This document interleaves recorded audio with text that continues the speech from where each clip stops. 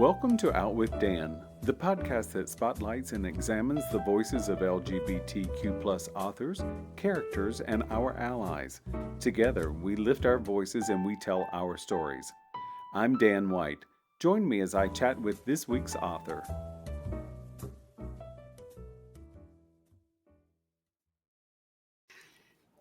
Hello and welcome back to Out with Dan. Today I'm excited to go in a different direction with a special guest, Sonnet Ireland.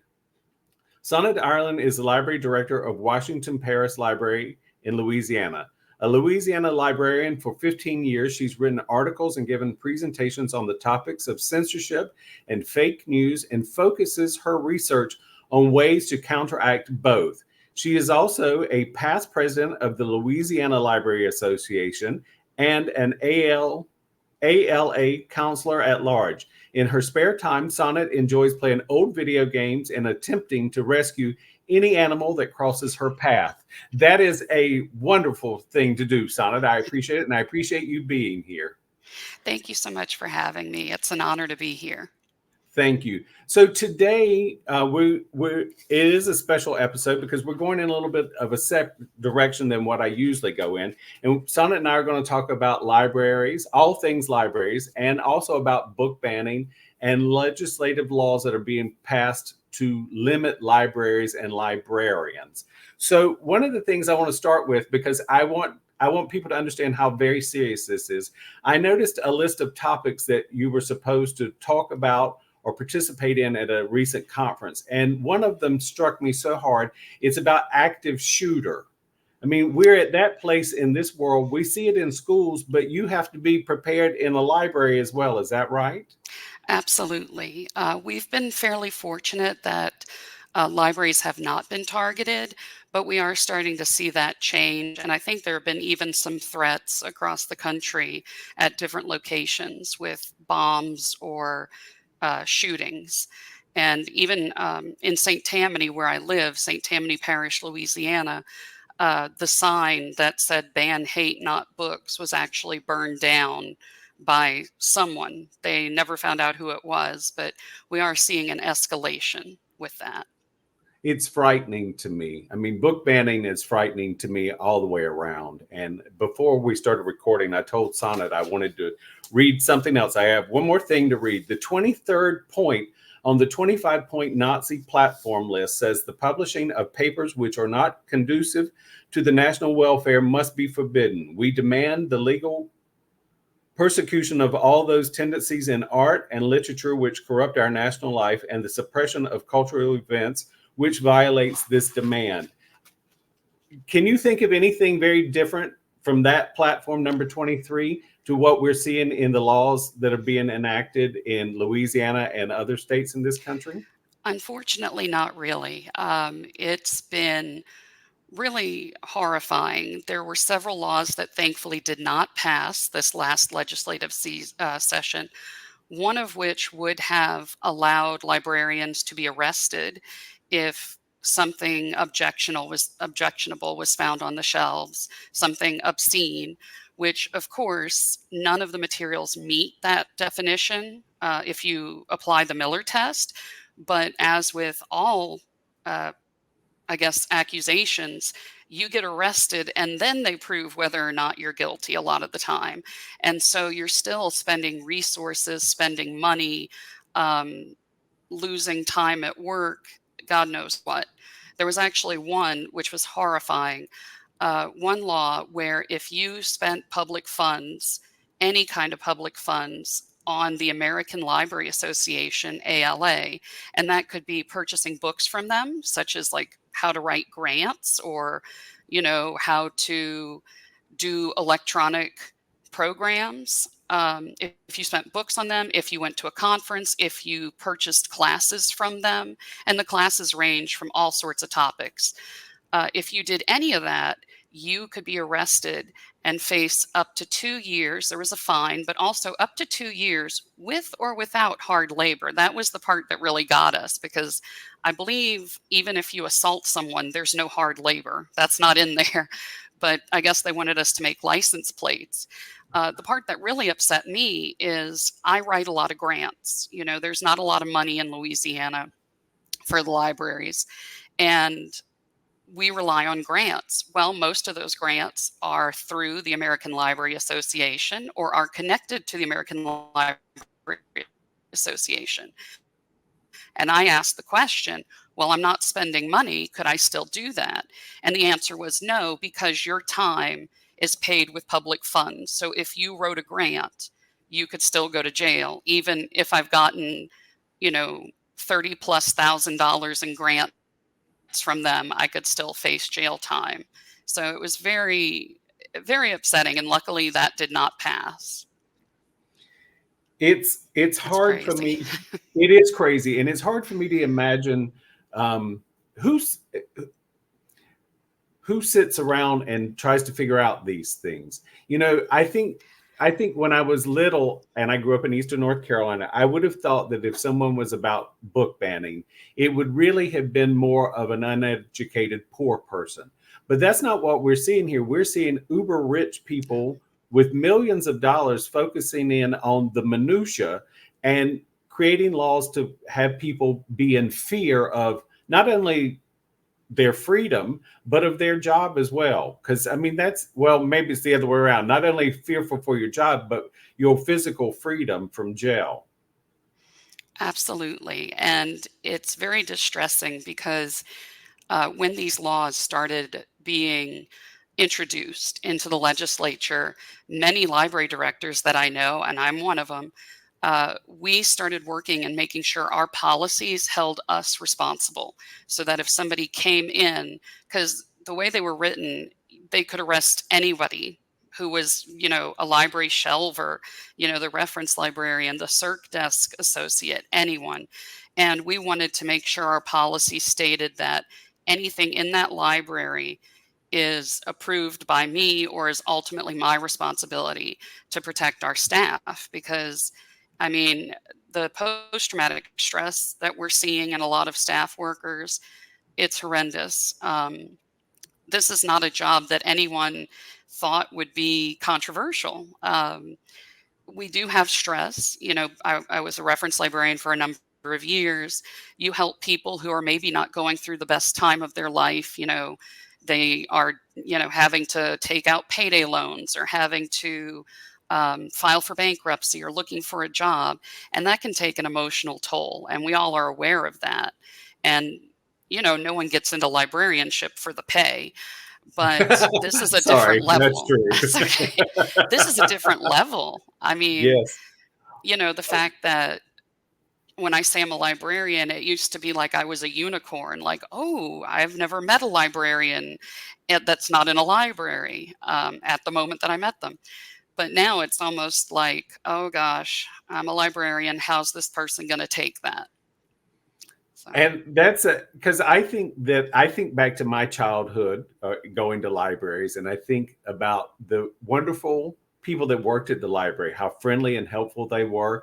I mean, you have to love what you do to work in a library, because as you say, you're not going to get rich being a librarian, not even the head of your parish's library. You're just not going to get rich on it. So you do it really, as most teachers do, or most educators do, you do it because you love what you do. And you love yes. bringing words and books to kids and adults. So libraries aren't just for kids. I think we think primarily that they're for kids, but they're for adults as well. I actually try to go in when I'm in a different town. I try to find a local library to go in to see what's on the shelf, so I'll know what someone is reading in Louisiana or someone's reading in Iowa, because as a podcast host, I need to see if I'm being represented by the people I interview in these libraries. And I'm That's a so good point. surprised and thrilled when I see a book, especially one that deals with LGBTQ issues, on the shelf, because we all want to be represented no matter who we are. Yes. And I mean, that's the important part. I'm not here to serve the majority. I'm here to serve everyone. And so maybe I don't have a lot of books on a certain topic because, you know, we all have a limited budget, but it's going to be because, you know, that's not what my community wants to read. But it's different, not ordering every book in the world. That's a big argument we hear. Well, you can't order all the books in the world, so what difference does it make? And the answer is, well, no, but I can order the books that my community wants, and then I can also borrow them from other libraries. And what we've actually seen in St. Tammany, they say they want to protect the children, and it escalates. In public, they try to sound reasonable. And they say, oh, well, we just want a separate room. We want them in a separate section. Well, those books are in a separate section. It's called the adult section. Well, we want them in a separate room like Blockbuster used to have for adult movies. Blockbuster never sold adult movies, so I don't know where they were going, but it wasn't my Blockbuster. And these books are not pornographic at all. And then it escalates into, maybe the children should have their own library that just has children's materials. Or at one of the meetings of the Republican Parish Executive Committee, they actually had someone who was talking about if they don't have the books in the library, they will borrow them from other libraries, and basically mentioning that as a way to stop it. And to me, you are actively wanting adults to not have access to these books either. It's not about taxpayer funds. It's about forcing some kind of false morality on other people. So it's there is no reasonable, people say, oh, can't you just compromise? But there is no compromise because they keep moving the goalpost, which is what we see. Well, and they're not there to have a normal discussion. They're there to enforce or to push their ideas and ideologies off on everyone else. They don't care to have a normal discussion at all. No. I mean, we had one woman at that same meeting, and she was old enough that she probably remembers life during World War II, and she was screaming for us to burn the books. And we all just kind of sat there, and it was horrific because I obviously was not alive during World War II, but I know that was a Nazi thing. And Sure. It's terrifying because my answer is, if you have an issue, read more.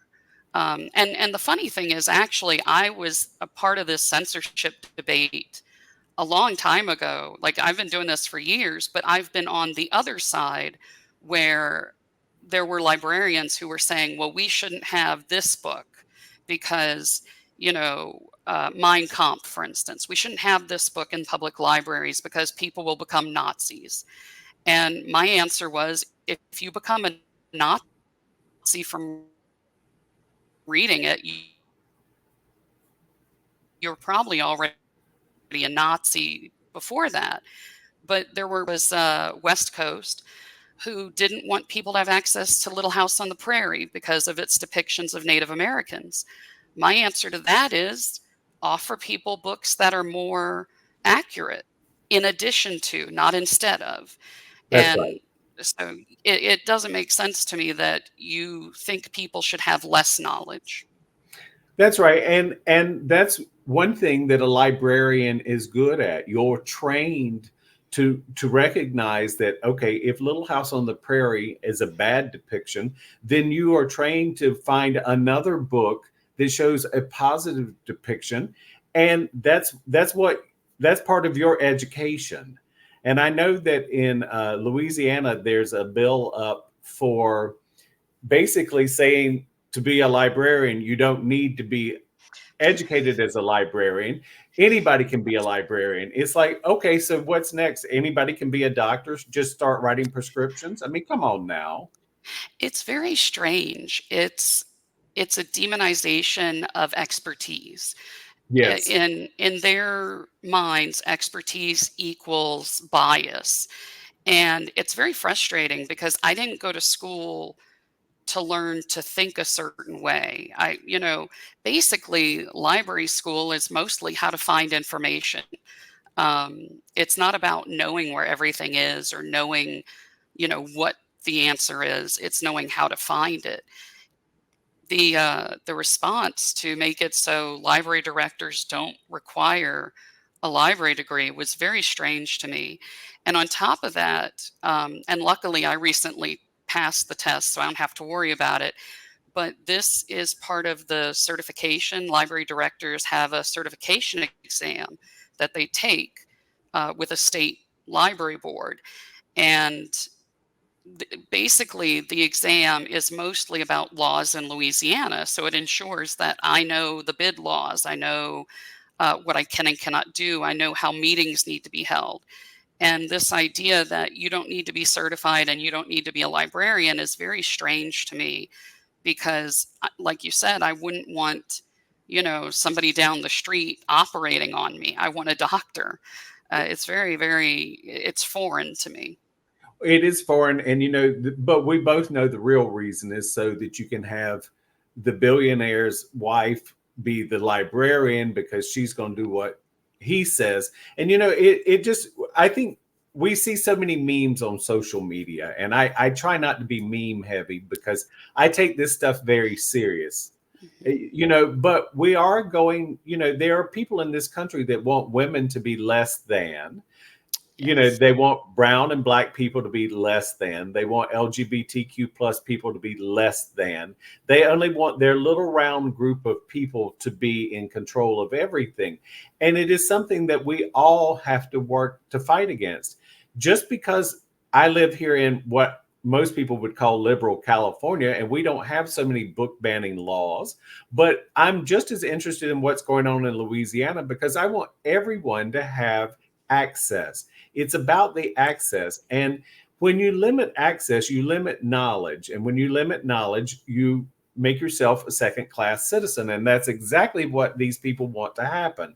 They want it so you don't find any gender validation, any race validation, any, Exactly. I told Sonnet before we started this, I'm probably going to get wound up and start preaching in just a minute. So, I mean, the thing is, what I see is in school, people who were athletes were lauded as being better than. If you were the smartest kid in your class, you were the dork, or you were, smarty pants. There was a million names for those of us who were in the top of the class instead of the bottom of the class. And I find that we do the same, that some people in this country want the same thing. They want to make sure that their little circle is number one and everyone else is less than. And it drives me bananas because I pay the same as everybody else does. I try to make a good way through this life, and don't infringe on me. Leave me alone. Exactly. And it's heartbreaking because a lot of libraries are the only access that people have to the internet. And I mean, especially if you're talking about rural areas, and it's not even necessarily about money all the time. It's about, oh, there is no provider in my area that gives me decent service. And so libraries like mine check out hotspots. We have hotspots at different business locations throughout the parish so that people can have access to the internet closer to their home. And if you defund libraries, well, you're going to lose that. If you shut a library down, suddenly people are going to wonder, well, why don't I have access to the internet? Why don't I have access to a computer? Well, because people shut it down over a book that they didn't even read. I mean, and like you said, I read Genderqueer because that was one of the books, of course, that everybody's losing their minds about. And it was a good book. But basically, I went through the whole book sitting there going, have I ever felt this way? No, but that must suck. It must suck to be, and there were some things I related to, like the trauma of going to the gynecologist, which would have been helpful to know that I was not alone when I was younger. Right. But at the end of it, I just kind of thought about it and I was like, well, no, I've never really had these questions. I've never felt that way. But I had empathy for people who did. That's And right. it's kind of like being, colorblind. If I read a book about color blindness, if I'm not colorblind, I'm going to go, oh, that's got to be hard. And if I am colorblind and I don't know it, I'm going to suddenly realize, well, hey, wait a minute. You mean that's not that color that I always say it is? Maybe it isn't. Maybe I am colorblind. It makes you realize it does not make you something. It just helps you to realize if you are in that group. And to say nobody should have access to it, well, nobody's arguing about the cowboy romance novels that all the ladies in their 80s love to check out. I mean, those are filthy. And I'm fine with that. That's them. They can, That's right. read what you They, want. that's absolutely right. Everyone should have the same ability to read what you want Exactly. to read. And there again, it's just trying to make sure that someone is less than. And if we as humans don't have empathy for others, then we can't really understand how to make a better life for ourselves. I mean, empathy is so important. But then, of course, people who want to ban books, they don't want empathy. They want to just simply tell you how to do it. Yeah, and it never made sense to me because what people do doesn't really affect me, like in your Mm-mm, personal mm-mm, life, whether you mm-mm. get married or not, whether you're gay or straight or trans or non-binary or asexual, none of that has any impact on me and how I live my life. And so maybe I'm a little self-centered, but I just kind of figure let people do what they want to do as long as everyone's an adult and everyone's consenting. Meanwhile, in Louisiana, we have a law that a parent can allow a child of 16 to get married. And so we have a new law about tiered library cards where you cannot, your parent controls what you have access to until your 18th birthday. And my thoughts are, well, then who gets control over a 16-year-old that's married? Are you telling me that theoretically a 16-year-old could marry a man who's twice her age, has kids that are eligible for a library card, and she can't even get an adult card by herself? She certainly can't, give it to her stepchild. It was just very messy. And, honestly, if they're 16 and they have a car, they're doing what they want. Your That's best right. bet is that That's they're right. just reading something that you would find inappropriate. That's the best case scenario. Worst case Totally. scenario is probably meth behind a barn. That's So, it.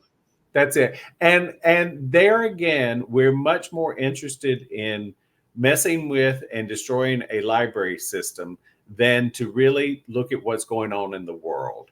I mean, you're right. exactly. In the South, we have it here as well, but in the South is decimated by meth use and heroin use and opioids, and that is less important than messing with the library system. That's a messed up world. It is. I mean, we're arguing over whether or not kids should get free lunches in school.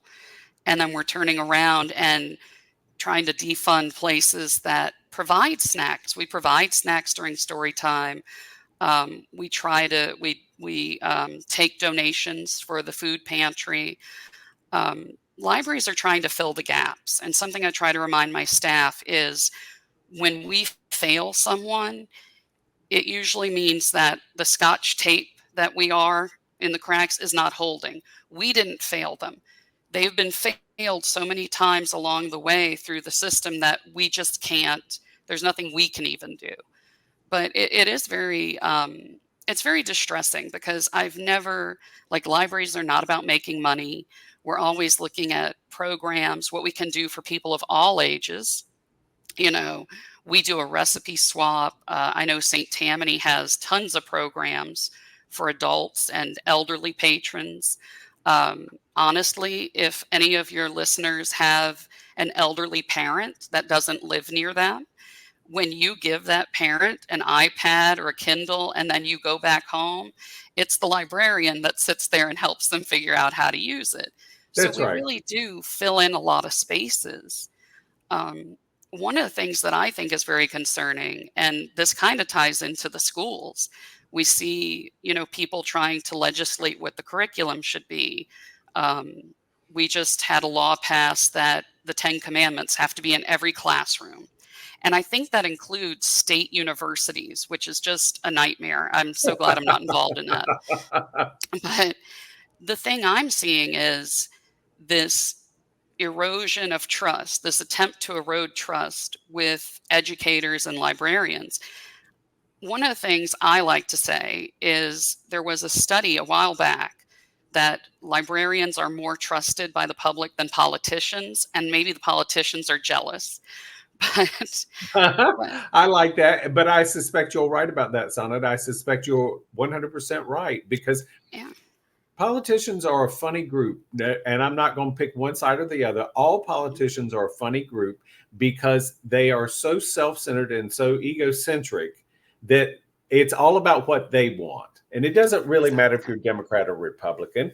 I think I prefer one over the other by far, but the thing is they're so egocentric that they want to make sure that they're number one. And Exactly.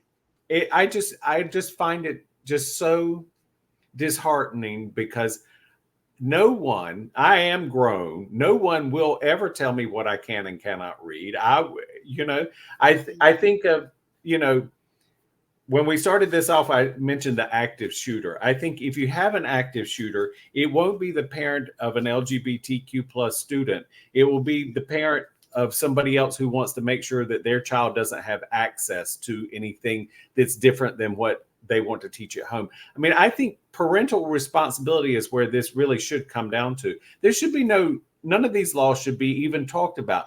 It's the parent's responsibility to teach their child. If you want your child to be like, you know, um, an ignorant child, you have that ability as a parent. If you want your child to have access and have all the access to intelligence that they can have, that's your responsibility as a parent. Passing these laws only make it more difficult to be a good parent. Exactly. And that's what libraries have always preached. You're in control of your child. You should be watching your child. If your child is alone in the library, they're probably old enough to have a phone. We're not your problem. The internet Right? is your problem. And Absolutely. it's so frustrating because I remember being a little girl and my mom getting upset because I wasn't allowed to check out adult books. And my mom had a talk with the librarian and said she can check out whatever she wants as long as she's reading. And I it's like your just mom. yeah, she was a bit of a hell raiser. Um, but yeah, it's a different world, and it's so strange because I'm not pushing anybody on anything on anybody's kids. To me, I'm just happy the kid is reading, and this idea that they're going to come across something in a book that's going to corrupt them is really ridiculous because there's so much on the internet that they can access and they're so good at getting around the Parental blockades that blocks. are up Yes. than Yes. we are because they're growing up with that technology. Well, and I'll share a little story with you in the audience. So there's a library about a quarter of a mile from where I live in Van Nuys, and I walked over one day. It's a mid-century modern building, and I've been fascinated by it. And it had been in remodel stage for 3 years, and it finally reopened. So I walked over one day, and I happened to pick up a book off the shelf of an author I heard of but did not know. And I moved over to a table and sat down. And I was reading through the book, and the librarian came over to me and said, "Excuse me." And I said, "Yes, ma'am." And she said, "You can't sit there." And I said, "Okay." And she said, "This section is for the young adults only. Would you mind moving over here?" And at first I was like, well, it's a seat. But then I thought to myself, here is a librarian who is saying, I'm protecting this space for a young adult reader. And I was so impressed. And I told her later on how impressed I was because I thought, all she was doing was making a safe space. It was nothing against me. She was making sure that this space was safe for a young adult who might come over and want to sit there. And I was really impressed by that because it was done with love for the child or the middle grade school kid. And I was like, that's really, really great. Exactly. And pretty much every library I've worked at or been to has something like that because especially as a female, growing up, you sometimes are the attention of, the object of inappropriate attention by Yes, adult men usually. sure. And that was one thing we were always very careful about at every library I've been to where there was a teen section, is just making sure the teens were safe and they kind of had a space where it was theirs and they didn't have to worry about someone complaining they're too loud, or someone, you know, aggravating them or harassing them. And so it is something that, you know, libraries try to do. We also Yeah. recognize that teens kind of get lost. You know, everybody likes the little kids, but once you become a teenager, nobody knows what to do with you. And I feel like libraries have gotten really good at having programs and trying to cater to that awkward stage where everything's changing and you're trying to figure out who you are. Totally agree. Totally agree. So I also know that another troubling thing that is coming about is there are laws being passed that librarians and their staff can be sued by parents or different groups and stuff. So there is some of these laws are, you know, wanting to criminalize it. They're wanting to lock you up, Sonnet, you specifically. Yes. Because, you know, it's important. I think I make a little joke with that, but it's important to realize that you're on the line. You are really on the front line. And there is a legal defense fund place that you can go and donate money to. I'm mangling that up so badly. Can you tell the audience about that? Yes, it's Every Library. And Every Library is an organization that I believe it's a 501 something or other, but it's been really great in helping connect librarians or libraries with resources, you know, teaching you about what's going on. And so it's the Every Library Institute. And so if you actually go to everylibraryinstitute.org/LDF for Legal Defense Fund. It's the Library Legal Defense Fund, and it actually is, you know, it's meant to help those of us who are in areas where we're seeing some real issues. And it helps actually, um, we're seeing a lot of landmark cases because this is a First Amendment right issue. Also, it is an issue of discrimination. And so this is something we're hoping to see, especially St. Tammany. We're expecting to see the case in St. Tammany where they removed some board members because they defended the right to be able to check out gay material. They were removed from their seats. And so, you know, they're trying to fight back. So this could be a really meaningful case, especially with the laws we're seeing across the country that basically say the board serves at the pleasure of the council. It's just crazy. But thank you for sharing that website. I will put it in the show notes for anyone who wants to make a donation. Sad that we're in this place that we need to make a donation for this, but we're also very blessed. We live in a country that has good financing, and we have a lot of people who are like-minded to you and I, Sonnet, and I hope they'll take the opportunity to contribute because it's a worthwhile fund for sure. So Exactly. let's leave sort of on a high note. So what if you said if any of my audience members said to you, Sonnet Ireland, what can I do to make a difference locally? What would you say? I would say go to your library board meetings. Go to in Louisiana, there are parishes. So it would be the parish council. I imagine counties have councils. Go to those meetings, you know, your town hall, any of those meetings where your local leaders meet. Because I have to admit, most of the people that I talk to don't know this is going on. I do because I'm a librarian. So anytime anything library related is happening, I know about it. And it seems impossible that anyone in my area could not know about it. But it's been almost 2 years, and there's still people that I start telling them about it and they think it's insane. Or the people who hear the talking points of, well, you know, kids shouldn't have access to adult materials. They shouldn't be able to check them out. And I have to say, well, they can't without parental permission. Oh, well, then what's the big deal? Exactly. So get involved with that. Most libraries have a foundation or a Friends of the Library. Sign up for that or go to their sales or, you know, whatever you can to support them. Even just thanking your local library staff for helping you means a lot. But also another thing, people don't think about this. If your library has a display for, let's say, LGBTQ Pride Month, you should comment on it. If there is a book, I don't care if you want to read it or not. Check out books with gay characters in it. And you don't have to read them. I wish you would, but you don't have to. But those numbers, that's what determines what we buy. Comments supporting the displays are really, for every one person who compliments us, there are 5 people complaining. And it's not that most people don't like it. It's that most people don't think to thank you or don't think to fill out a comment card. But having these tangible things really, really helps. So support your libraries that way, but also going to the meetings, because it started with little whispers in the air.